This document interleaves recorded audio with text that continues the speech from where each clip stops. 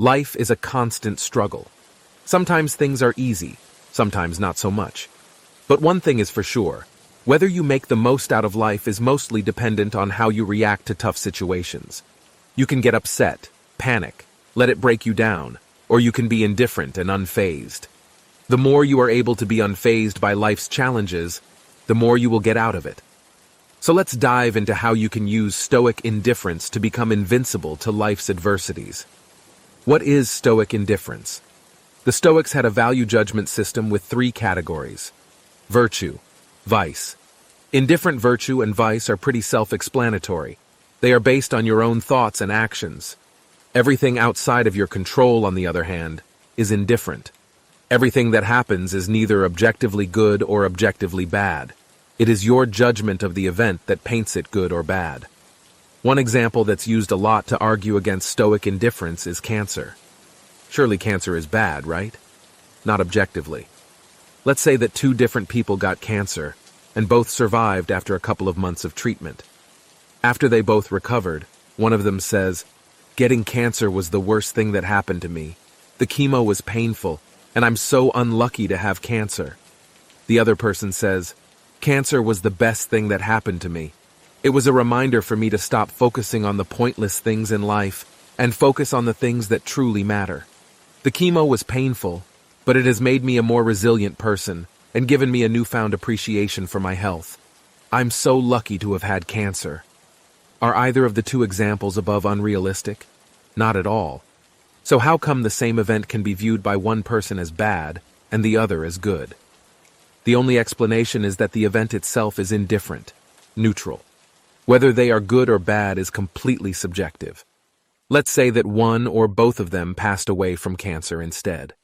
Then the question becomes, is death bad? Once again, not objectively. The general opinion is that death is bad because you don't get to exist anymore. But anyone who's really thought about death will realize that it is what gives meaning to life. Without death, there is no reason to do anything because there is always a tomorrow. Therefore, is cancer bad?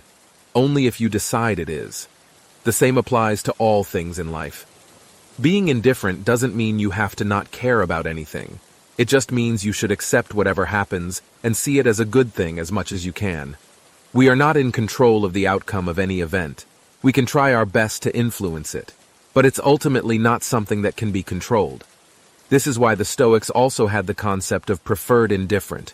Things such as health, wealth, beauty are preferred. Things such as death, disease, suffering, poverty are not preferred. But when anything happens that is not preferred, it does not bother the ideal Stoic.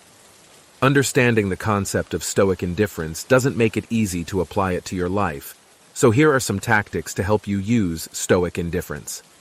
Step 1. Erasing the canvas. As humans, we have a natural tendency to complain. However, complaining actually changes the way you think. Most of us have a habit of complaining about anything we don't like, and the result of that is we automatically see things in a negative light before we can even think about being indifferent.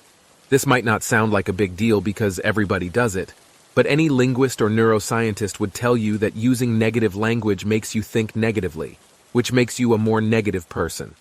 So if you wish to use Stoic indifference, the first thing you must do is to stop complaining. On top of that, the language you use in general also influences the way you think. So another way to become indifferent to external events is to use objective language. Step 2. Painting the blank canvas.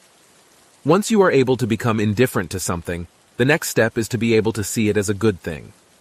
For most events, it's possible to see it in a positive light. For example, if you plan to go out and it started raining, you can see it as an opportunity to catch up on your reading list or spend more time working on a new skill.